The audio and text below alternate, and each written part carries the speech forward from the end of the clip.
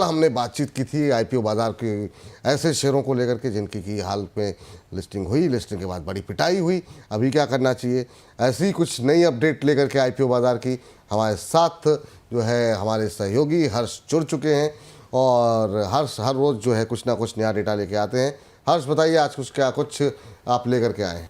जी शुक्रिया। तो देखिए आज हम आईपीओ पार्ट 2 लेकर आए हैं और कल हम लोगों ने अपने व्यूअर्स को बताया था, निवेशकों को बताया था कि ऐसे कौन से टॉप 10 लूजर्स आईपीओ जिनकी लिस्टिंग और उसके बाद उनके जो नंबर्स हैं, उनके जो रिटर्न्स हैं बहुत ही ज़्यादा खराब हैं। लेकिन आज हम लोग ऐसे आईपीओ लेकर आए हैं जो कि टॉप गेनर्स बन के उभरे हैं। और सबसे चौंकाने वाली बात क्या है कि जब ये ऐसे आईपीओ इस लिस्ट के अंदर जब ये आए तो इनकी एकदम फ्लैट लिस्टिंग हुई और उसके बाद क्या दमदार रिटर्न दिए इन्होंने और निवेशकों का एकदम झमाझम पैसा बना है। तो सबसे पहले हम लोग आपको 5 आईपीओ या फिर कहें जो 5 लिस्टेड स्टॉक्स हैं वो बताते हैं। तो देखिए सबसे पहले भारतीय हेक्साकॉम की बात करते हैं। यहाँ पे बेसिकली कंपनी के जो प्रमोटर है एयरटेल भारती है और यहाँ पर हम लोग देखें तो नेटवर्किंग से लेके जो इंटरनेट से जो तमाम तरह के जो बिजनेस मॉडल है इससे जुड़े हुए हैं।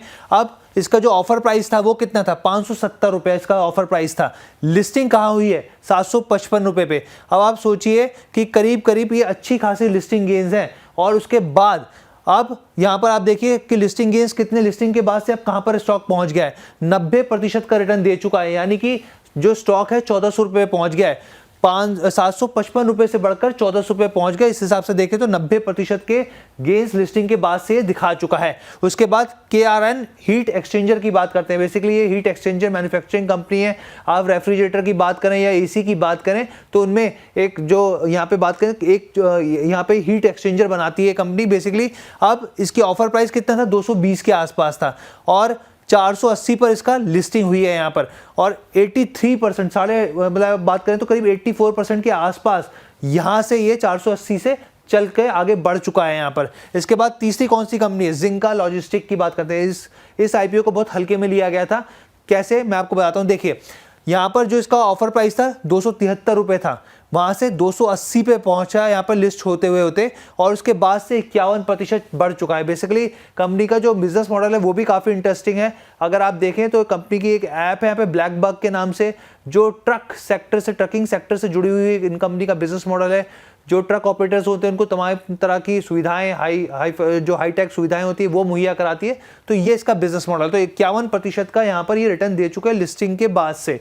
इसके बाद ऑफिस स्पेस की बात करते हैं। यहाँ पे AWFIS office space, offer price इसका क्या था, 383 था। अब उसके बाद लिस्टिंग प्राइस क्या हुआ, 435। करीब आप देखें यहाँ पे कि 30% या फिर कहें कि 15 से 30% के आसपास के बीच में इसकी लिस्टिंग होती है। देखिए अब वहाँ से 435 से कहाँ तक पहुँच गए, 50.5% तक ये बढ़ता हुआ दिखा है। इस लेवल से आगे बढ़ चुका है और इसका भी बड़ा इंटरेस्टिंग बिजनेस मॉडल है। देखिए कोवर्किंग स्पेस है कंपनी, कोई फ्रीलांसर हो या फिर कोई ऑफिस चाहता हो रेंट पर लेना तो ये मुहैया कराती है कंपनी। तो कोवर्किंग स्पेस का इनका बिजनेस मॉडल है।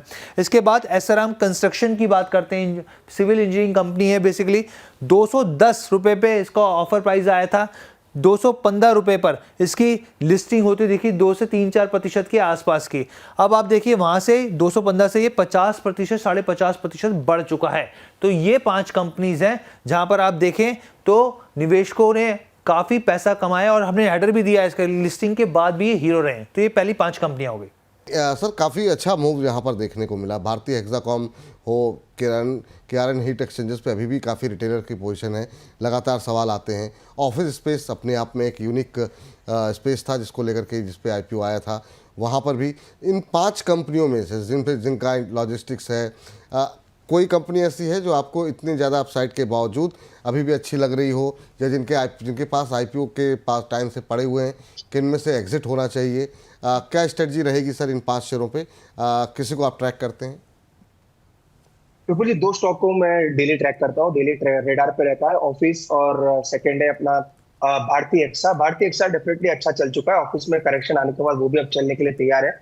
तो दोनों स्टॉक मुझे लग रहा है डेफिनेटली होल्ड क्राइटेरिया में रहेंगे। अगर डिप मिलता है तो ऐड भी करना चाहिए। ऑफिस और भारतीय एक्सा ये दोनों फंडामेंटली भी अच्छे हैं और टेक्निकली भी काफी साउंड नजर आ रहे हैं। बाकी स्टॉक्स को इतना डिटेल ट्रैक नहीं करता हूँ तो उस पर कोई टिप्पणी नहीं है। अगर इस लिस्ट में से लेना है तो ऑफिस और भारतीय एक्सा को लेके चल सकते हैं। चलिए, भारतीय हेक्सा और ऑफिस में अभी भी खरीदारी की जा सकती है। बाकियों को जो है सर्व तरीके से ट्रैक नहीं करते हैं, या फिर आप अवॉइड भी कर सकते हैं। इन 5 में से जो लिस्ट बनाई है उनमें से ये 2 कंपनियां हैं जहां पे अभी भी फ्रेश पोजीशन बनाई जा सकती है इतने अच्छे अप मूव के बावजूद। चलिए अगली 5 कंपनियों को लेकर के जो है हर्ष के पास चलते हैं।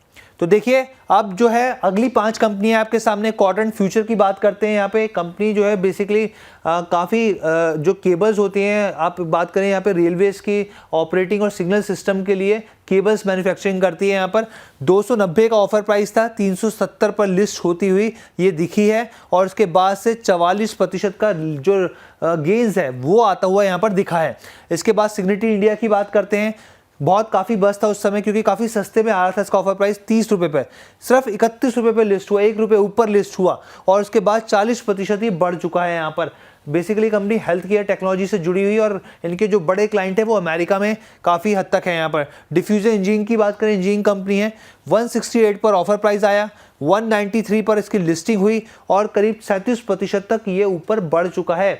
अपने आप देखिए कि लिस्टिंग प्राइस से आगे बढ़ चुका है, 37% आगे निकल चुका है। आधार हाउसिंग फाइनेंस कंपनी है, 315 पर ही इसका ऑफर आया, 315 पर ही इसकी लिस्टिंग हो गई। एकदम फ्लैट लिस्टिंग होती थी, वहां से 34% ये बढ़ चुका है आगे। जो गेंस होते हुए दिखे निवेश को। ओरिएंट टेक्नोलॉजीज की बात करें यहाँ पर तो इसकी क्या स्थिति है, 206 पर इसका ऑफर प्राइस आया, 288 पर इसकी लिस्टिंग हुई और जो गेंस हुए वो करीब 28-28.5% के आसपास होते हुए दिखे। तो ये टॉप 10 कंपनी है जो कि एक बड़े गेनर बन के उभरी हैं। आईपीओ में ऐसे भी रहा कि दमदार लिस्टिंग हुई, उसके बाद भी भागी, और ऐसे भी रही है इसमें कुछ कंपनियां जिनकी एकदम फ्लैट लिस्टिंग हुई, उसके बाद भी निवेशकों को बम्पर रिटर्न दिया। चलिए तो ये लिस्ट है जो है इस पर नज़र रखनी चाहिए, जिसमें कि सैजिलिटी इंडिया, आधार हाउसिंग फाइनेंस, ओरिएंट टेक्नोलॉजी, ये ऐसे हैं जिस पर अभी भी काफ़ी लोग इंटरेस्टेड रहते हैं। रिटेलर्स जो है ख़ास तौर से उनकी पोजीशन यहाँ पर काफ़ी ज़्यादा है। सर इस लिस्ट में कुछ पसंद है आपको या अवॉइड करना चाहेंगे, आपकी सलाह क्या रहेगी? देखिए सैजिलिटी और दूसरा आधार हाउसिंग फाइनेंस, ये 2 स्टॉक मुझे पसंद है और अभी भी स्टॉक को लेके चल सकते हैं। लॉन्ग टर्म में मुझे लग रहा है सैजिलिटी यहाँ से काफी अच्छे रिटर्न दिखा सकता है और आधार हाउसिंग फाइनेंस के भी रिजल्ट्स अच्छे नजर आ रहे हैं। तो दोनों में मेरी खरीदारी की सलाह है। गिरावट पे मिलते हैं तो मुझे लग रहा है दोनों को ही बाय करके चल सकते हैं। दोनों में ही बाय करके चल सकते हैं। तो ये वो है जो कि लिस्टिंग के बाद भी हीरो बन करके आए हैं, जहां पर 40%, 50% लिस्टिंग पे तो अच्छा गेन मिला ही, लेकिन उसके बाद भी हमने देखा कि 30% से लेकर के और 80% तक के रिटर्न इन शेयरों में आते हुए दिखाई दिए हैं। लेकिन हमने जो 10 की लिस्ट हर्ष ने तैयार की थी उसमें से जो 4 फाइनल किए हैं, जिसमें कि अभी भी फ्रेश बाइंग हो सकती है, या फिर अगर आपके पास है तो आप होल्ड कर सकते हैं। उसमें ऑफिस है, जिसमें भारतीय हेक्सा है, जिसमें सैजिलिटी इंडिया है। बहुत सवाल आते हैं, तो जिनके पास है, जो लोग सवाल सुन रहे हैं, वो होल्ड कर सकते हैं। और इसके अलावा आधार हाउसिंग फाइनेंस है, इन पर आप जो है पॉजिटिव रवैया अपना सकते हैं। कोई भी गिरावट खरीदारी का मौका हो सकती है, ये भी अरुण जी का मानना है।